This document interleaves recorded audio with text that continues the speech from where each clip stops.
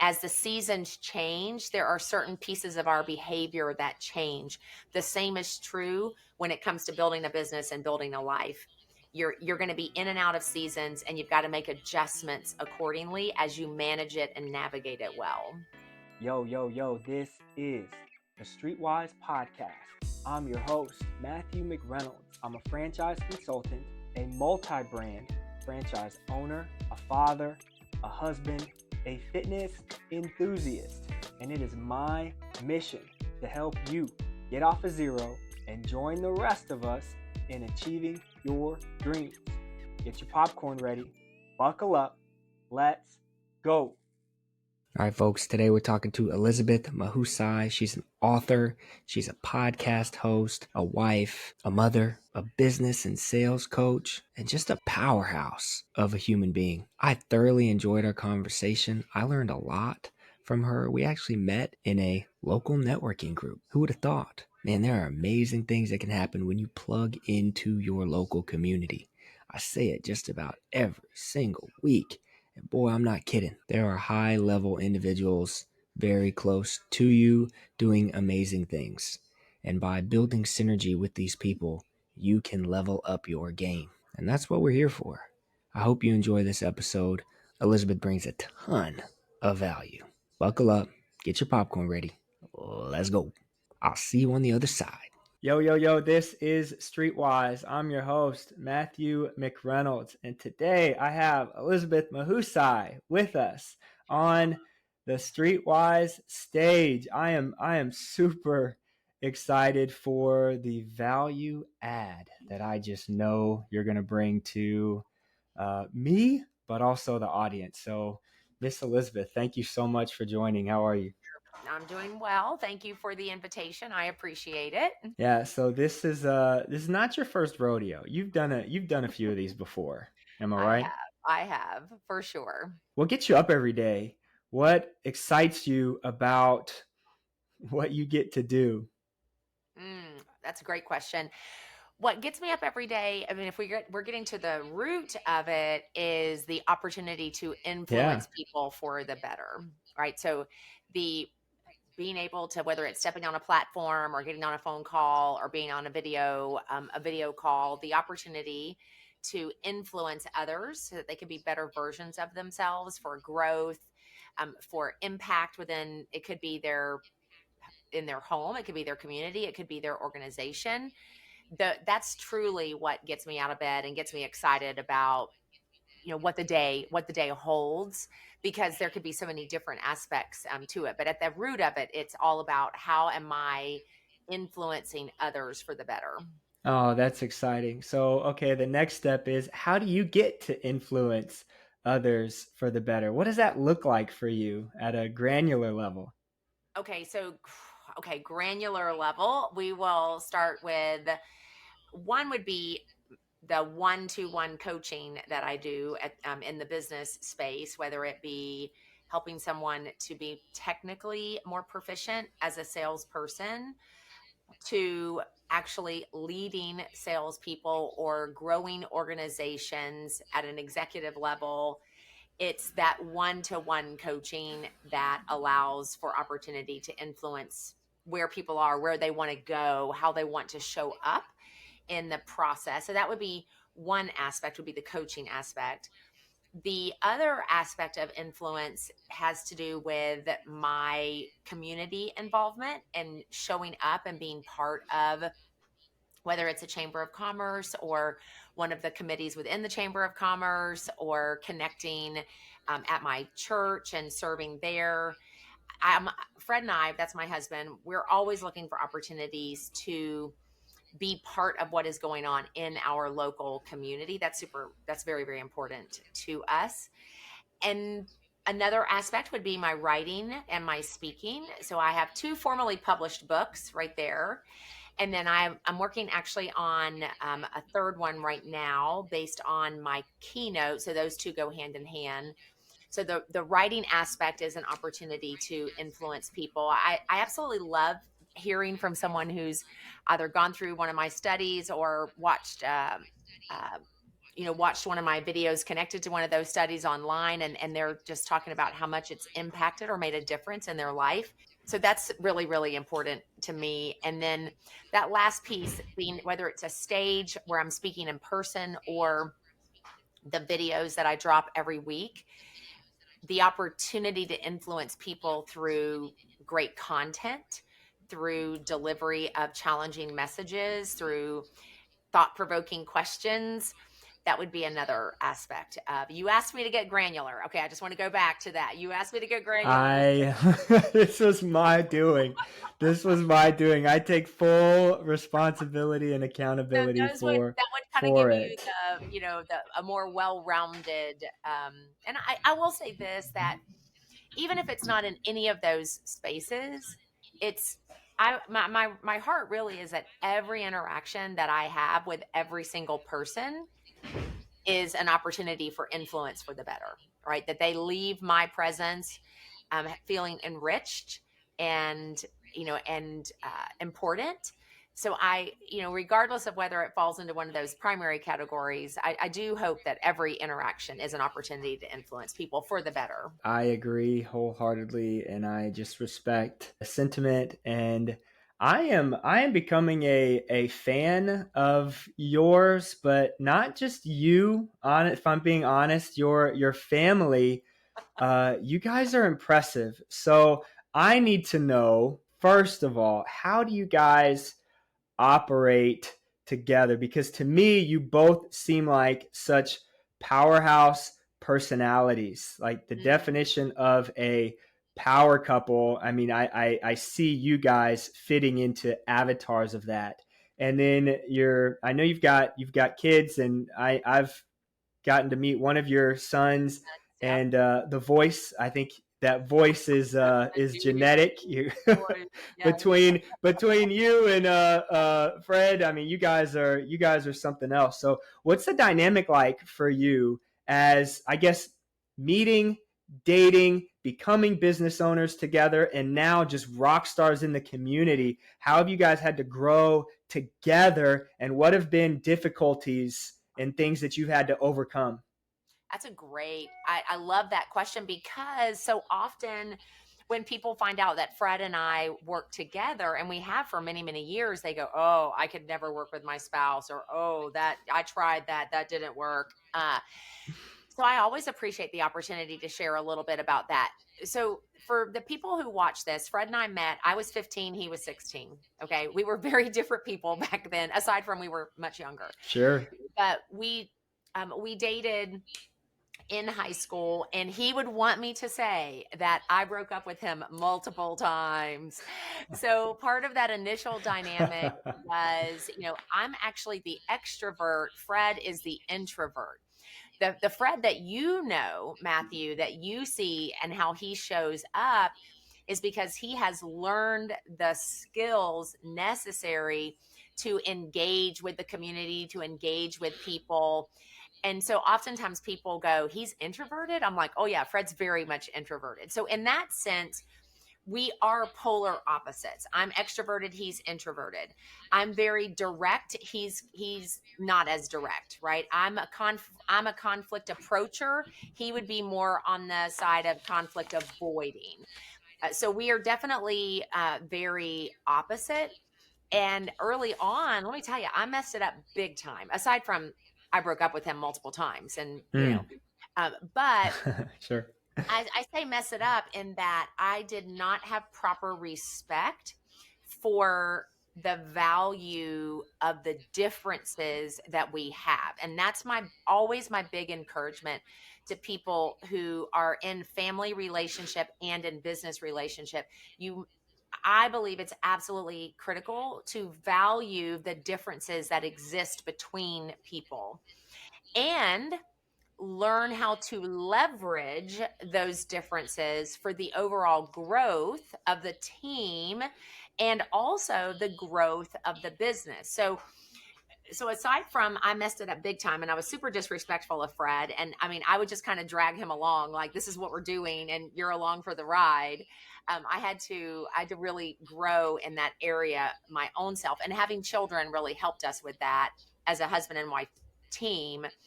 because I don't know if you have children, Matthew, but children, they're one of the most humbling things that you will ever, add to your life. Amen. So, Amen. It's a great so way to word it. So children definitely helped refine both of us in different ways. But then I think the other thing that I would say is that we just had to be willing to own up to where we were missing the mark, on both sides of that. I think in today's culture, people, it's very easy to pass blame or to shed ourselves of responsibility, and we want to place that on you shoulda, you coulda, if only you woulda, versus looking at our own selves and taking responsibility for the role that we play in the interactions within the family relationship and the business relationship. And when Fred and I really began to grow in that space, that also helped because it's not like you go into business and go, you got it all figured out. There's a lot of trial and error. There's a lot of getting it wrong. There's a lot of hurt feelings. There were arguments. If Fred were here, he'd want you to hear about the time where I needed a new computer, but I didn't want us to pay for a new computer. So I'm wanting him to fix it, but I don't want to be off the computer long enough for him to fix it. I mean, I mean, it's like these are the things that, people they'll spiral in that, and that's where they start to say, well, we just can't do this. It doesn't work. And it's not that it doesn't work, it's we're not willing to work on it. We're not willing to work at being better within it. And so, fast forward, here we are. Fred and I have had the Fred Shots business for 23 years. And what Wow. we learned, and with that business kind of in the background until 2012, it was really part time, and we were building another business as well. But part of what we learned is where are his strengths, where are my strengths, and then we leverage those to the max. So he will tell you, like on the photo side, we're a photography business. He's the photo, I'm the business. I manage all the admin, the follow up, the scheduling, I always joke I'm his number one salesperson. That's our inside, our little inside joke. I get the trophy every year. No, I'm just kidding. And then on my side, on the coaching and the consulting business, I'm in the weeds of the business, but he's providing all the creative support for me. Recording my videos if I need post Mm. production, all the photos that I need for marketing so that I can make YouTube thumbnails. Oh, All of wow. those, That's got to all of be those great. things, right? So we've just learned, okay, let's maximize who we are and put it out there. Oh, that's beautiful. Thank you for allowing us to hear a part of your story in that way.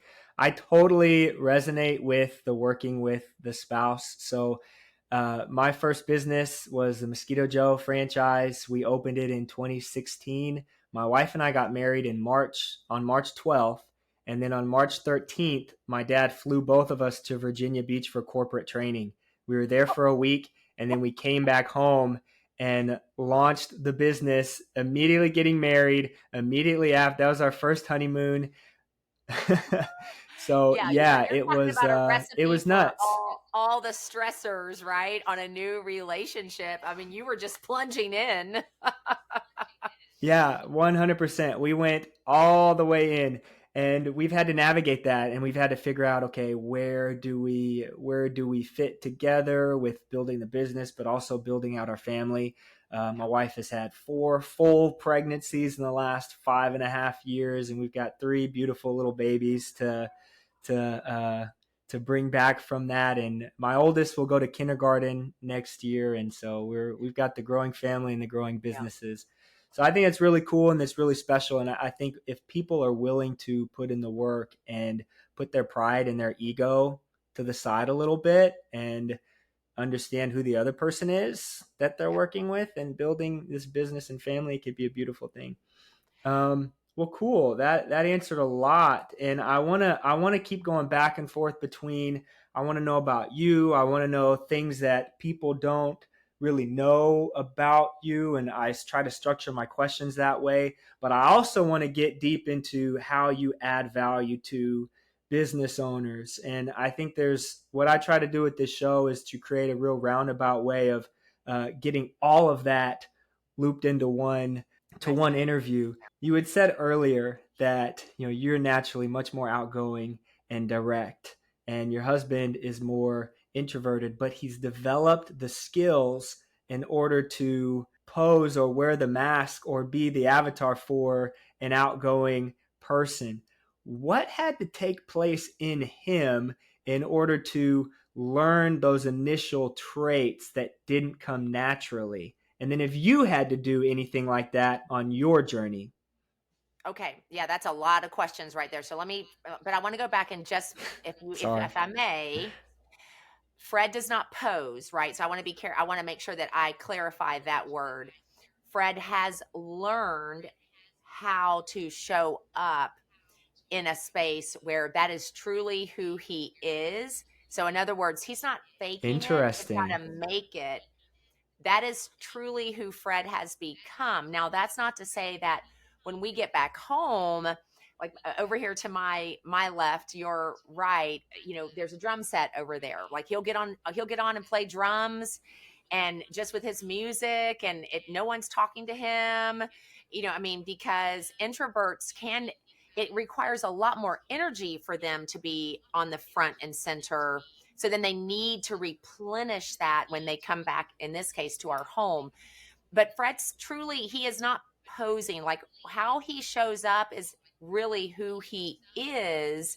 That's genuine, but he's learned how to replenish himself on the back end of that, right? So that he can continue to show up. So to Got answer it. your question now, what did he have to learn? One of the biggest things that helped Fred in this space was, well, okay, there were a couple of big things. In our first business, I was the primary face of the business, and we were leading a lot of women, like a lot of women. And so our team was over 180. We had multiple leaders in multiple states.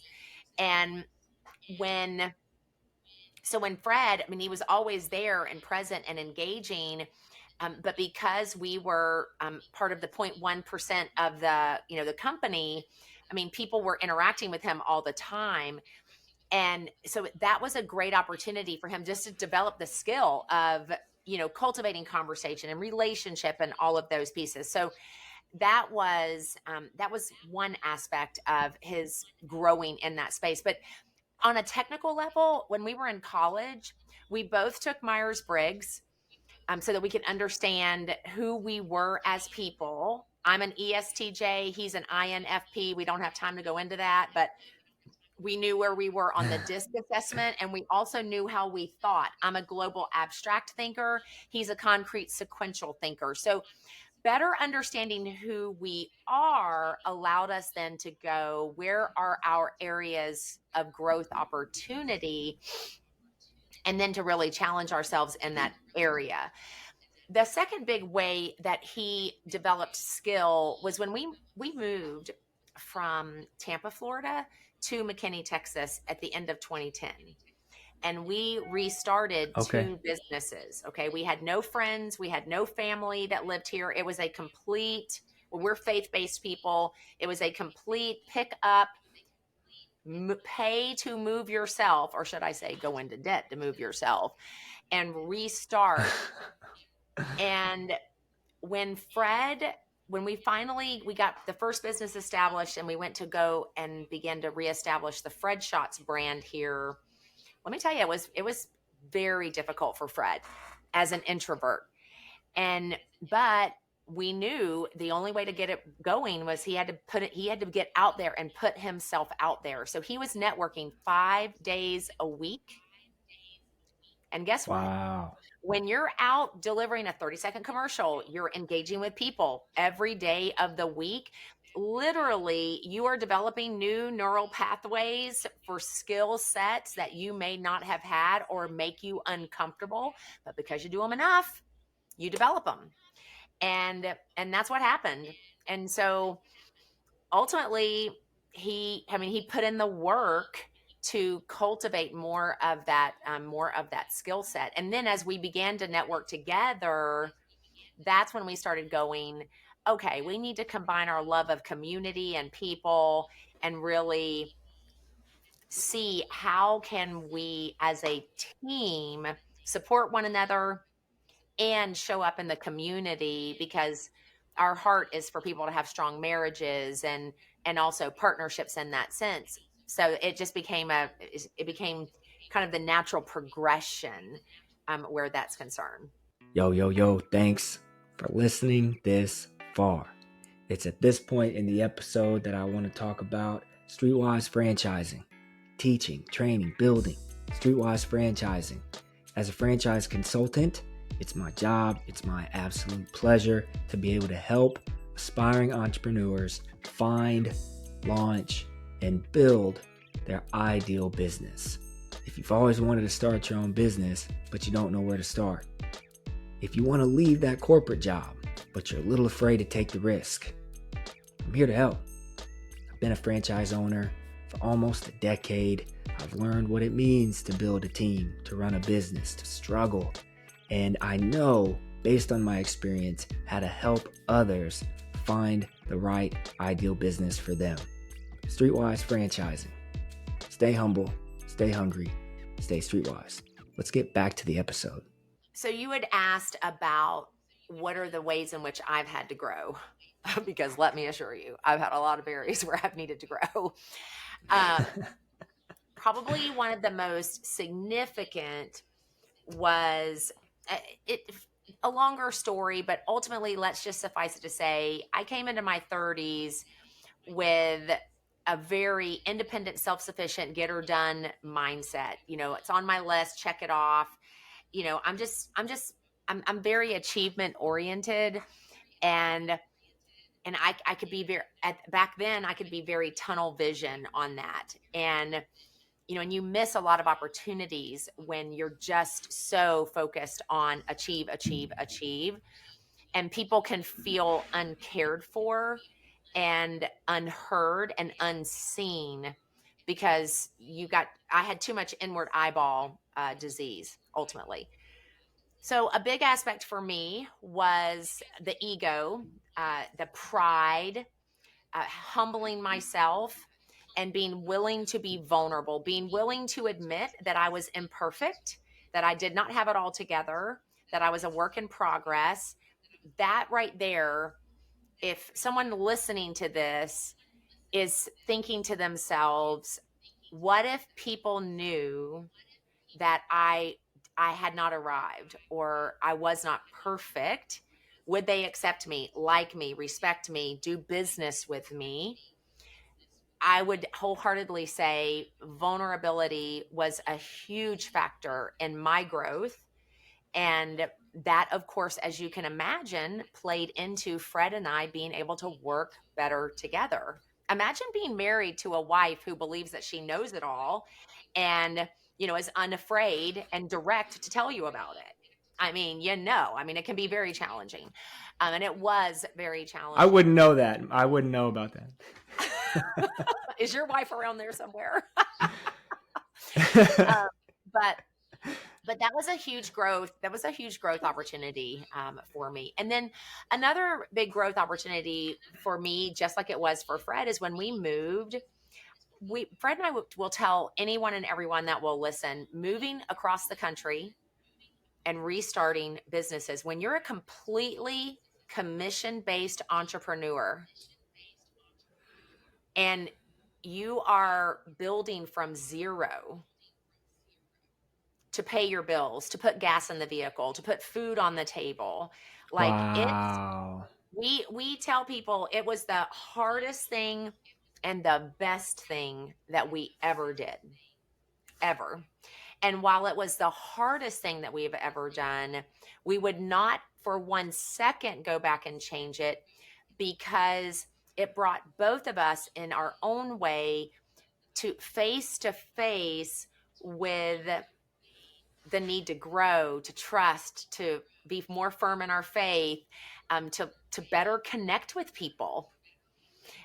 So there are just so many aspects, but those would definitely be some of my core growth opportunities, because I had worked hard in my life, but I'm telling you, restarting in a new market, different cultural differences between here and Florida, that there were so many opportunities there for my own growth. And that really is a great lead into your question about why is being consistent into the community so important.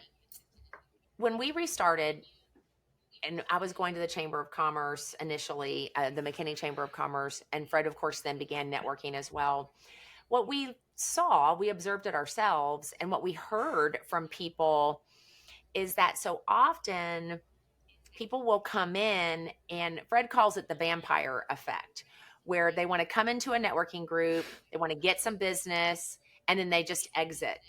Right? It's not about how can I serve you, Matthew McReynolds, or how can I help you build your business. It's I want to get some business, and then I'm out, and I'm no longer invested. And so part of it was because Fred and I were so profoundly impacted by the people who chose to give us a chance, who chose to take a risk on these new people who had moved into town. We have this deep sense of loyalty, right? To how can we be part of other people's business story? How can we be part of others' growth? So that's one aspect of why we are so committed to how we show up in the community. The other piece of that goes back to, why do I get out of bed? Influence. You cannot influence spaces where you are unwilling to invest your time. You can you can try to influence on the fringe, but in what way are you influencing? See, to me, influence isn't just about, I want you, Matthew, to think the same way I think or to do the same things I do. Influence has very much to do with embedding oneself, learning, in this sense, maybe a culture or a community, the patterns of behavior, the history that brings a community to where it is, and then looking at what are the ways, knowing who I am, that I can best influence within that, if that makes sense. Oh, that makes perfect sense. And I can see the person. And I'm sure that I've been guilty of it myself in, being in business ownership for going on 8 years. Of you're going into the room and you're just thinking about how can I take from this room? How can I get value instead of how can I give value? One of my favorite quotes, first heard it, I don't know if it came from this show, but it was from the show The Walking Dead. Just the concept, they had it painted on the wall: drink from the well, replenish the well. And it was just this community that was able to build itself after, the post-apocalypse, but they're able to Yeah. create this community off of the concept: everybody here drinks from the well, and we all replenish the well at the same time. So everybody's equally willing to give back. And I think that's good. I think a lot of business owners have a hard time because they are so inwardly focused, as you said earlier. What are some of the strengths and what are some of the struggles of being a woman in business ownership, in having to create that new space for yourself, having moved, but then also in leading and managing other people? Well, I think now there are so many benefits to being, a female in business, because whether it's grants or designations that you can receive that allow you to, be further along in getting contracts or things of that nature. I, I would say I've less focused over the years on, that concept of woman owned or not, to what is our mission? What is our goal? What value are we wanting to bring, and how are we showing up in the world? I'm not saying that I'm completely void of male, female, or woman, or man, or but I think Fred and I have just approached it of, this is how we provide for our family, and let's build a life as we're building a business. We never wanted to build our business to the neglect of our life. And we couldn't just build a life without building the business. I mean, that is the joy of being an entrepreneur. Those two can very much go hand in hand. But I think in our gig economy, it's very easy for those to get turned upside down, where people are so focused on building the business, telling themselves, I'm going to have more freedom, I've got more flexibility, and then they end up not having the life that they want because of that being turned upside down. um, so I just wanted to make sure that I shared that. So strengths from just being a woman, I mean, for me, I am, because of just the way my mind was created, I am a global abstract thinker. So one of my strengths is the ability to make connections. That could be connecting people, that could be connecting concepts, that could be being able to connect numbers to need for shift in how sales are made, or production, or growth. Or so for me, that ability to have a global abstract thought process has been a strong suit of mine, and it has served me well in the course of my um, career. And and it also helps me in leading other people, because understanding that I might not be, like, take coaching. I might not be the best coach for everyone, right? I mean, and I'm okay with that. And that's Sure. why Yeah. it was a perfect alignment for me to partner up with Southwestern Consulting, because I don't have to be the quote unquote right coach for everyone, or I don't have to position myself as the end all be all, because I'm connected to 170 other amazing coaches around the world. So we can pair people up in a way that serves them best. So I love that aspect of it.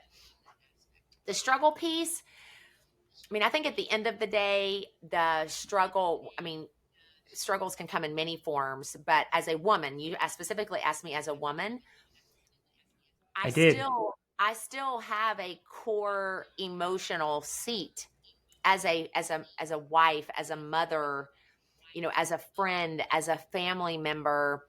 The emotional attachment that that is there, that can be a struggle, because when we moved, as an example, I mean, I want you to imagine I'm a connector, like, so I'm connecting the dots, right? That is the nature of how my brain works. I've got the emotion around, what were we thinking? Like, how are we going to pay for food and gas? And, like, I mean, all of these things going on in my brain, and the emotion that comes up from that. Let me tell you, it was a struggle.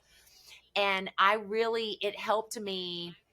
That struggle, though, this particular book here, it's what led me to dive deep into how do we work with our brain to have transformation in how we think, because I recognized I needed some transformation on because of the struggle that I was in, as a result of that. So I would say those would be my two primary answers. The struggle really has to do with, I am an emotional being, and I have to be able to tame those emotions to still be able to move forward.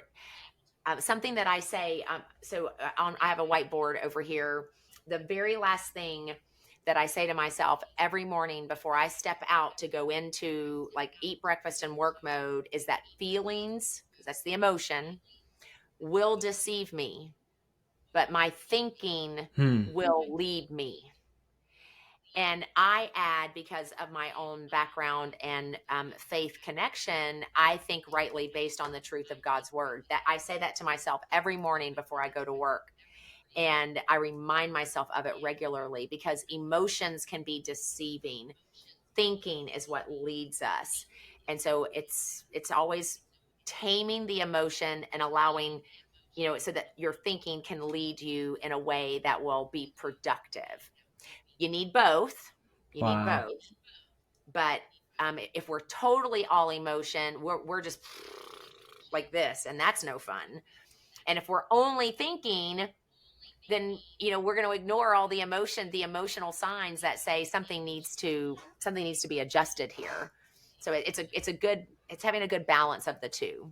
Yeah. Oh, I love that you just said balance. And I think having a good understanding of both sides allows you to counteract against your internal blind spots. And it also adds to the value of having a partner that you guys are different, but you guys can leverage each other. I think all that wraps up together so well.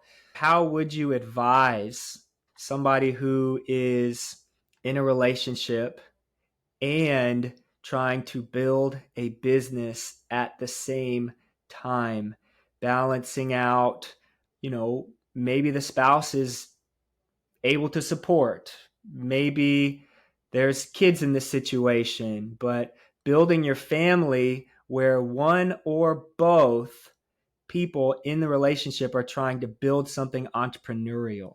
Mm-hmm. I think you have a very unique perspective to that person. Well, the first thing that I would say is, unlike when I was saying emotion and logic, because thinking is more logic and emotion, I believe it's possible to balance those two. Okay. When it comes to the question that you asked, building a business, building a family, I actually do not subscribe to the word balance in the context that you've just given. I actually believe that this phrase that has been used really for a better part of a decade, work life balance, is what has caused a lot of challenge for a lot of people, because the nature of entrepreneurism, that to try to quote unquote balance that with life, is, I believe, a misnomer. I mean, I'm going to put it out there. This is one of those probably unpopular things that I might say. So let me Come on. explain. What I mean is that when we think about the word balance, right? Like, you can balance fruits and vegetables in your diet. These are choices that you can make, right? Depending on the amount of money you have to supply those things. But in entrepreneurism, when Fred and I moved, if we would have said we need to have balance, it would have been incredibly difficult to rebuild our businesses, because for example, balance says equal amount of time with family, equal amount of time with business. That's one scenario of balance. But in the season after we moved, we needed an inordinate amount of time spent on business building, so that we could be making the money to enjoy the life that we wanted to have, right? Because, and I'm not just talking about we want to make more money. We needed to make money to pay for all of the things that make life actually happen.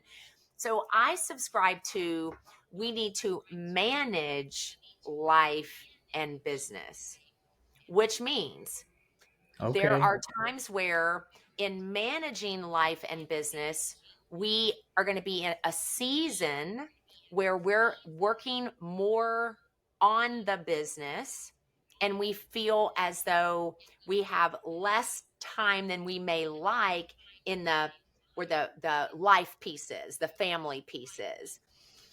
And when that happens, you got to have communication. What does that look like? So initially, Fred and I made choices, right? We're not going to try to restart both businesses at the same time.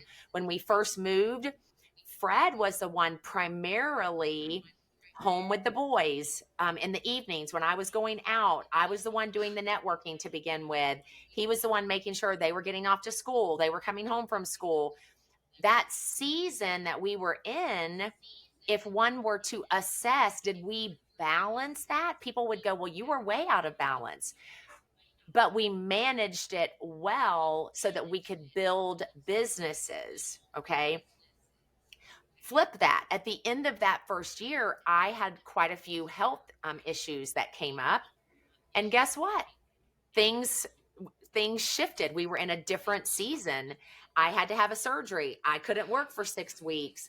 Now that shift in managing life was taking greater priority, And it allowed us to shift our perspective on what work would look like, and the role that Fred and I both would play in it. And so then we made shifts and adjustments and changes. So what I'm trying to say is that I believe when we think that we can balance life and business, we set ourselves up for a lot of heartache and frustration.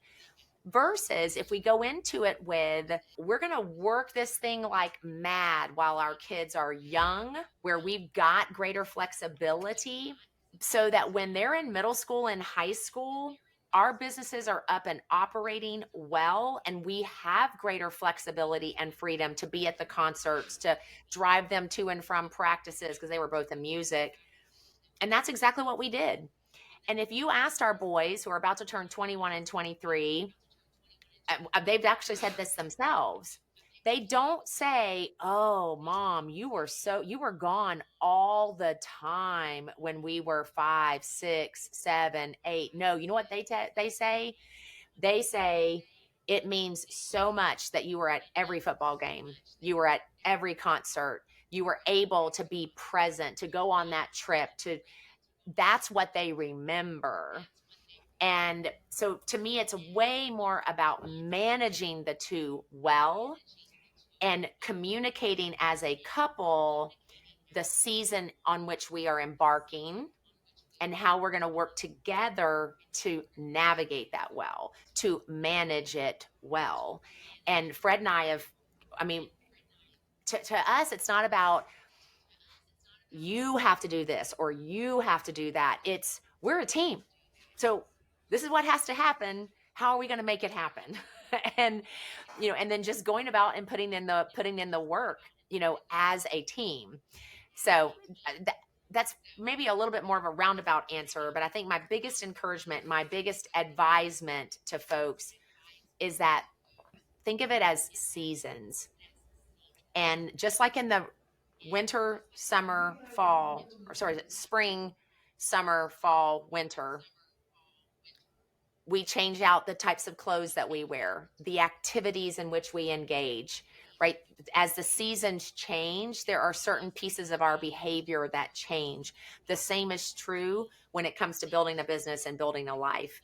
You're going to be in and out of seasons, and you've got to make adjustments accordingly as you manage it and navigate it well. Wow, thank you so much. I remember when you did your showcase in our networking group in downtown McKinney, you had mentioned the seasonality aspect of life and treating life as such. And again, I resonated with that, and I love that you said it in that way because I know it to be true in my experience. So my follow-up question would be, how do you decide, or how do you create boundaries around the season? So you had said, okay, by the time the boys are in middle school, X, we'll live like this, Yep. but until Yep. then, we're going to live like this. How should somebody create their own boundaries and deadlines for the different seasons that they may be walking into? Is it more feel? Is it more metric? How would you advise somebody in that? That's a great, I like how you say feel versus metric, right? Because remember, feelings can deceive. So if we're not careful, we'll create boundaries around feelings that don't necessarily serve us well. And then, we get into a different season, and now we're feeling, we don't like how we feel because we allowed that to dictate the choices that we make. Anytime, I believe anytime you can put a metric around something, there is value. There is value to that. Um, so I think that, and metrics can be different for different people. So it's probably easier for me just to give you some examples, if I may, of how we created boundaries as we have built this life and this entrepreneurism and for us. So when the boys were smaller, like think 3 and 1, okay, so like toddlers growing into where they were going to school, a metric was, Fred and I had what we call couch time.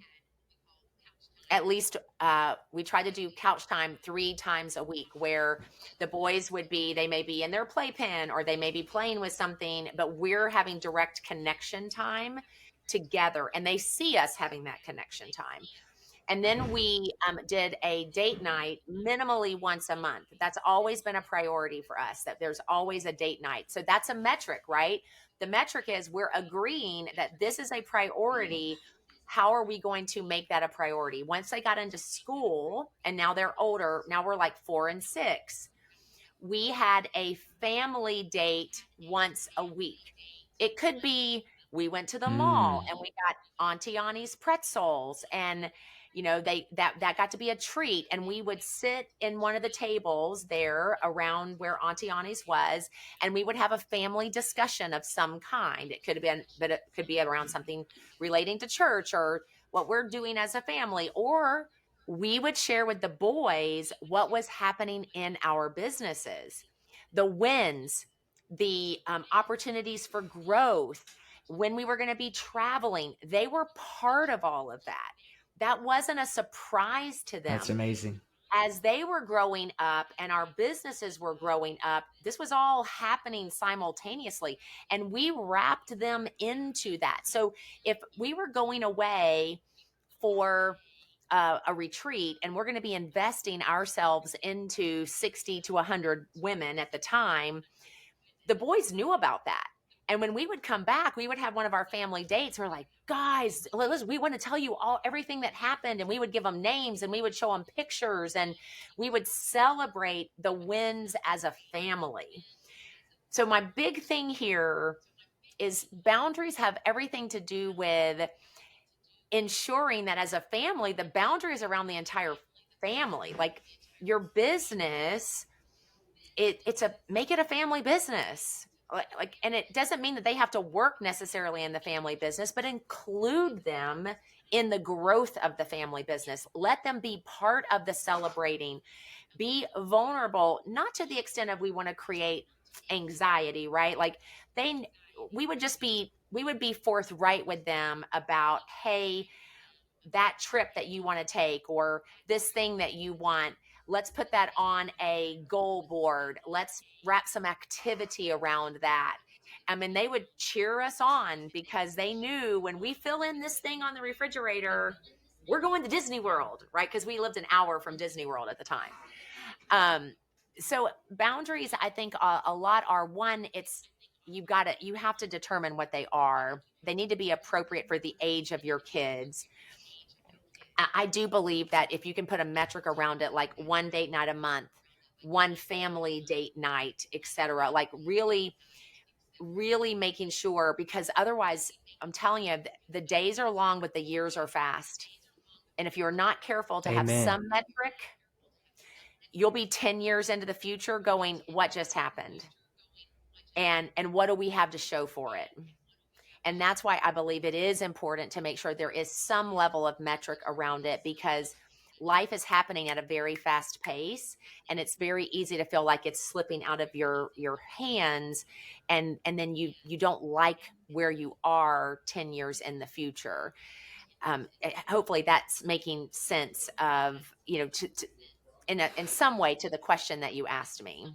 Oh, 100%. I think the biggest piece is having just seeing the bigger picture and how it all comes together, and how you guys have done it is a very just such a valuable example to people like myself and other people who maybe are thinking about entering into the journey, but they're having struggle on the jump. And that's again another goal for me, is to help people to get from 0 to 1 with this show. So, all right, as we're going into the fourth quarter here, I have to know, what came first, the keynote speaking, the book writing, or the business consulting? I gotta know.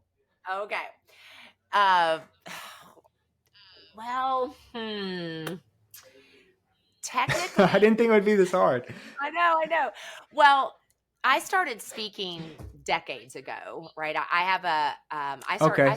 I started speaking in the late 90s, and then of course I was a teacher, and and so in that sense, the formal, though, keynote really has developed in the last few years. So if I had to give you a firm order, it would be I wrote the books, then I joined in the business consulting world.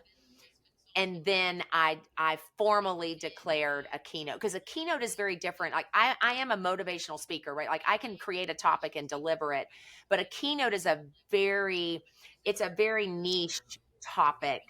And so my keynote is actually based on the 5 years of brain research that I used before this book was published, around the development of how we transform our thinking.